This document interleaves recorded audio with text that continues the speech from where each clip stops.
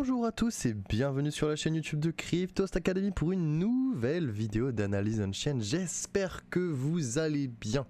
Je sais que la semaine dernière il n'y a pas eu de vidéo, ou du moins il y a eu une vidéo, mais il y a eu un gros souci technique au niveau de l'audio.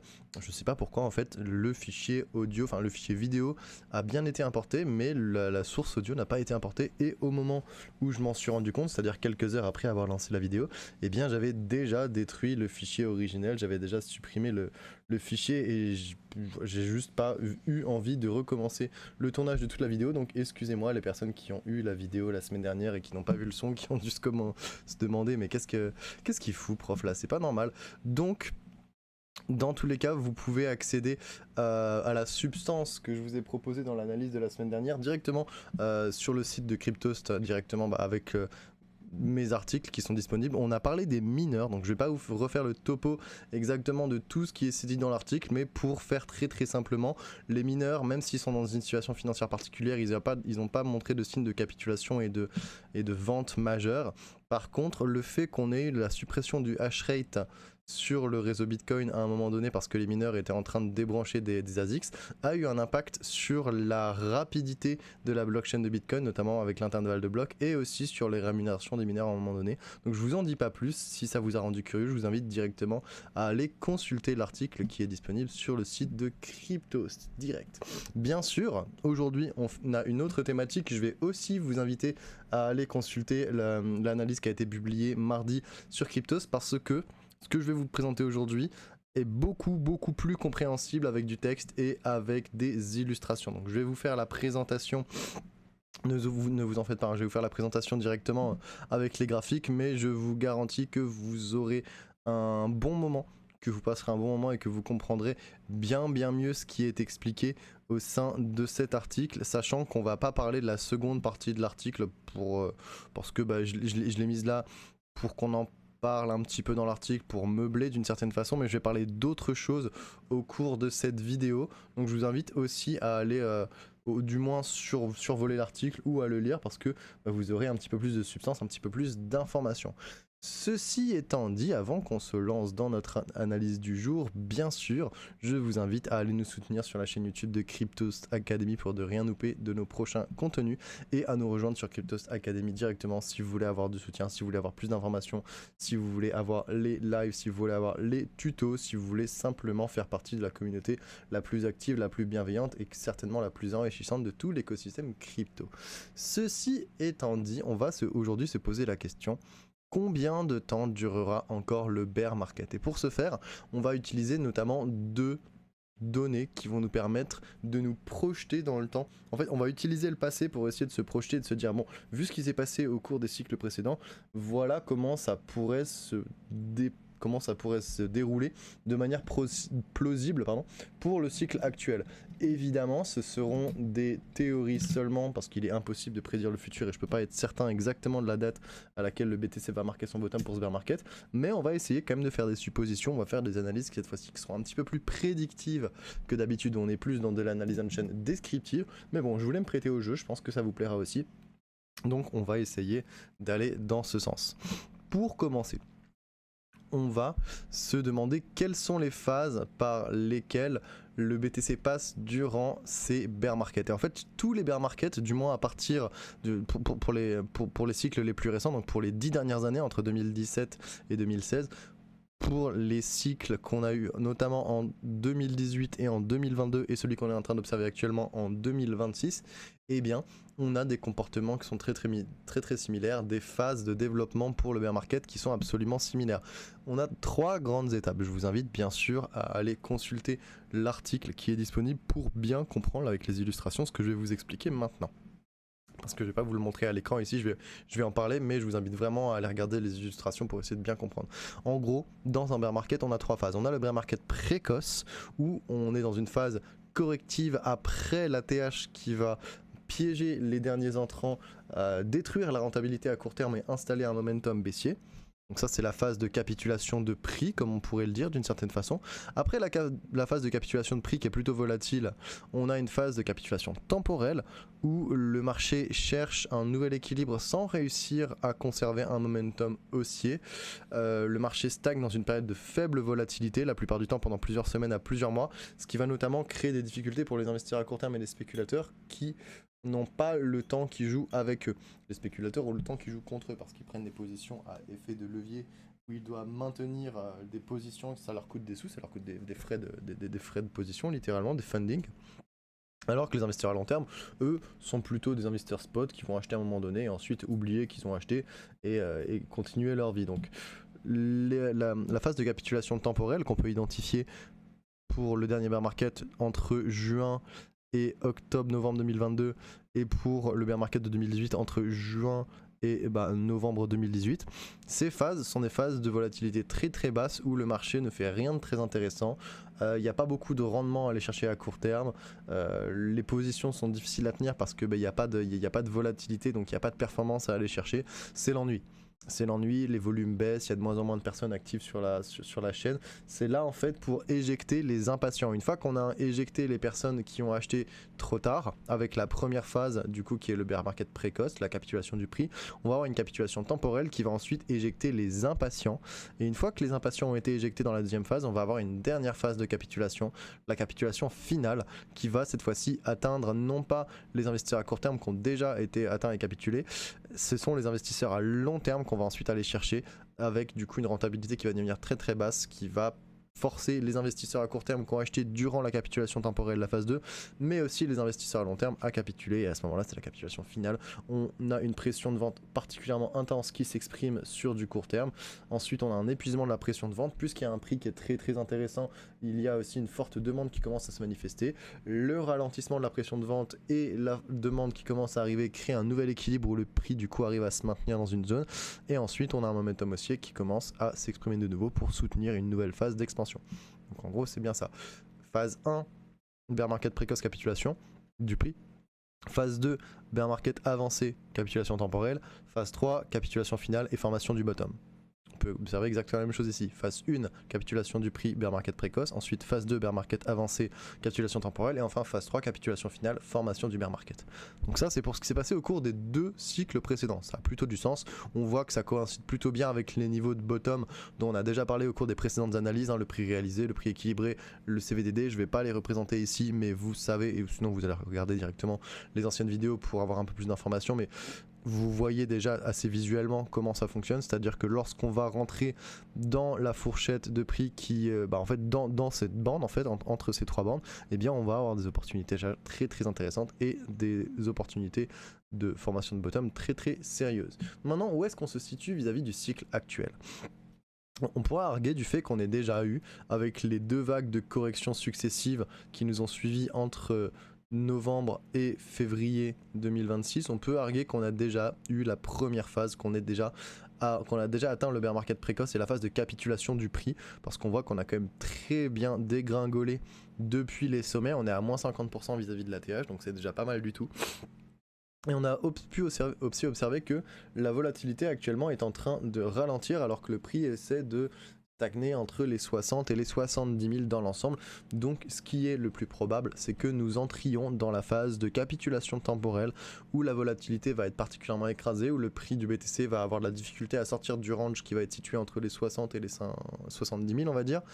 Et ça va pouvoir durer plusieurs semaines, et je pense que nous rentrons dans cette phase actuellement.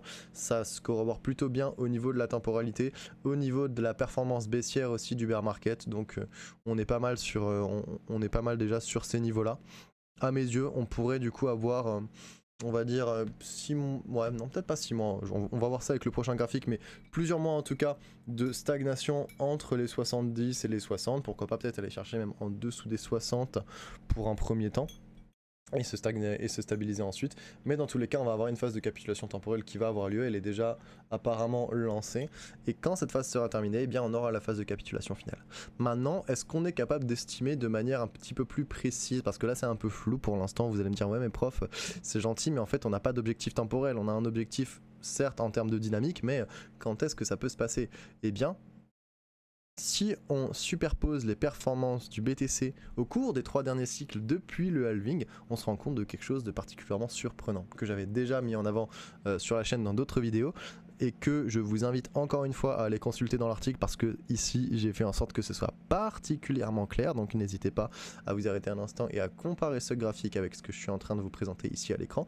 Mais pour faire très simple, ce qu'il se passe, c'est que entre le halving du BTC et la formation d'un sommet cyclique, il y a à peu près, si je ne me trompe pas, 520.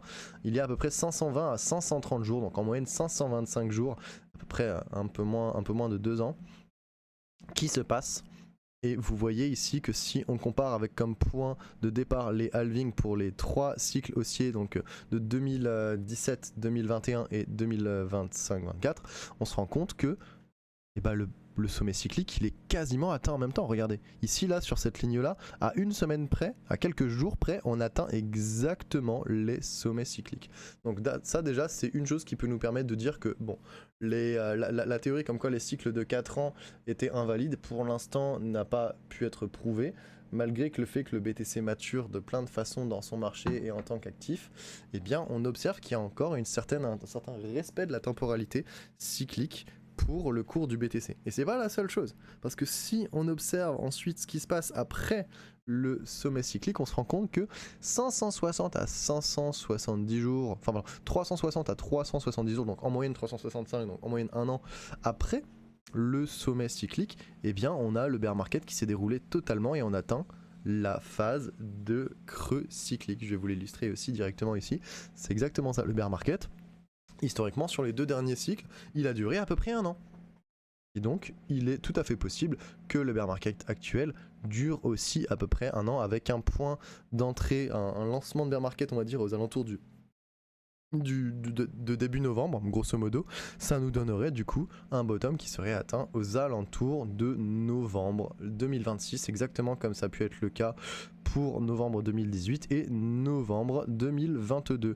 Donc, encore une fois, les performances passées ne vont pas nous permettre de présager des performances futures de manière sereine et certaine, mais on a quand même une cyclicité, on a quand même des cycles qui riment suffisamment pour qu'on puisse se projeter et dire bon bah la dernière fois c'était à chaque fois en fin d'année, ça a duré 1 an et on a eu le bottom la fin d'année précédente. Bon bah là écoutez, on a eu un marché, un sommet de marché en fin d'année 2025. Ok, ça pourrait durer 1 an et arriver jusqu'en début novembre 2026, ce serait pas du tout déconnant en termes de performance. Je vais revenir vite fait sur l'article parce que ça je voulais pas présenter, mais actuellement la performance baissière du BTC par rapport au cycle précédent, elle est plus ou moins similaire, c'est-à-dire qu'on est à peu près dans les mêmes zones. Il y a des bear markets qui ont chuté un peu plus vite, d'autres qui ont chuté un peu moins vite, mais dans l'ensemble on se situe dans les mêmes trucs, à peu près entre moins 40 et moins 60% grosso modo. Et il faut savoir que la performance baissière actuelle du cycle dans lequel on est en cours, avec moins 50%, eh bien elle est encore particulièrement basse parce que les bear markets précédents, ils ont chuté jusqu'à moins 80, voire moins 76%,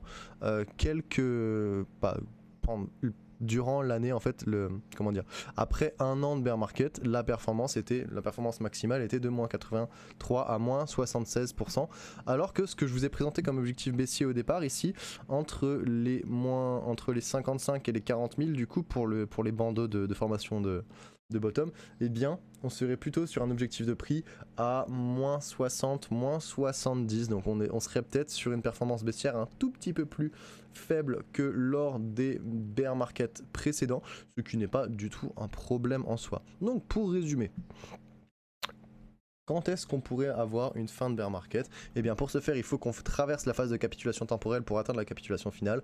Temporellement, les bear markets prennent à peu près 1 an. Ça fait à peu près 3 mois qu'on est dedans. Et donc on pourrait estimer qu'à partir de novembre 2026, on pourrait avoir des objectifs de prix très très bas. Si on atteint les 40 000, voire 30 000 aux alentours de novembre, je serai le premier à vous dire que là, il y a une opportunité générationnelle majeure et qu'on est clairement en train de former un bottom de bear market. Évidemment, il faudra aussi observer les dynamiques à court terme parce que là, c'est facile de dire a posteriori qu'il y a un bottom, qu'il y a un bottom à court terme et un bottom de bear market. Mais en réalité, il y a des marqueurs comportementaux qui sont capables d'identifier ces moments-là quand ils ils arrivent et donc on les identifiera le moment voulu s'il y a lieu.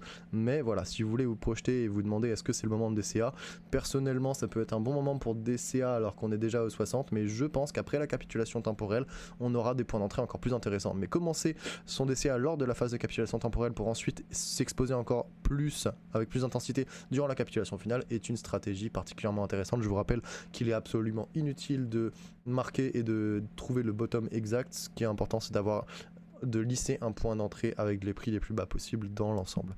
Petite dernière observation sur la volatilité haussière locale qu'on a eu au cours des derniers jours là.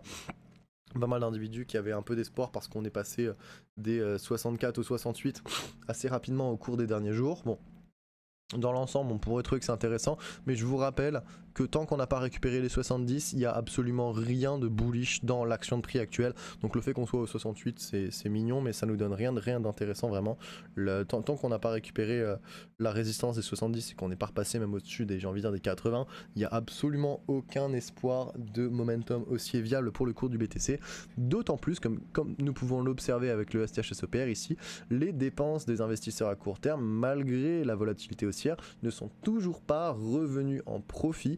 Et en réalité, ce qui s'est passé, c'est que cette hausse, comme d'autres, a été vendue en mode dead cat bounce, c'est-à-dire qu'on a pu avoir ici des légères prises de profit sur les pics haussiers, mais à chaque fois qu'il y a une hausse, les investisseurs à court terme en profitent pour vendre un tout petit peu à break-even, voire en profit, voire un tout petit peu en perte, ça dépend de leur position pour certains, mais dans l'ensemble, ils utilisent chaque hausse pour se délester du marché. Et ça, c'est clairement pas un comportement de confiance, c'est clairement pas un comportement qui est optimal pour une reprise de momentum haussier, et jusqu'à preuve du contraire, nous sommes sur le court terme toujours dans une tendance baissière, nous sommes sur le long terme toujours dans une tendance baissière, nous sommes toujours dans le bear market.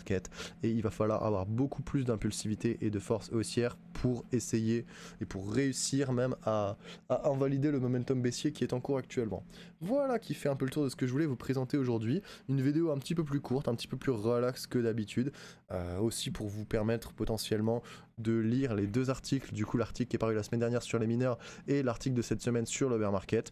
N'hésitez pas à me faire vos retours sur ce que je vous ai exposé ici, bien sûr, n'hésitez pas à venir nous rejoindre sur Cryptost Academy ou simplement à nous suivre et à nous soutenir sur YouTube, ça fait toujours plaisir. C'était le Prof Chen, on se retrouve la prochaine semaine pour un nouveau suivi de l'analyse on chain. À bientôt, ciao ciao.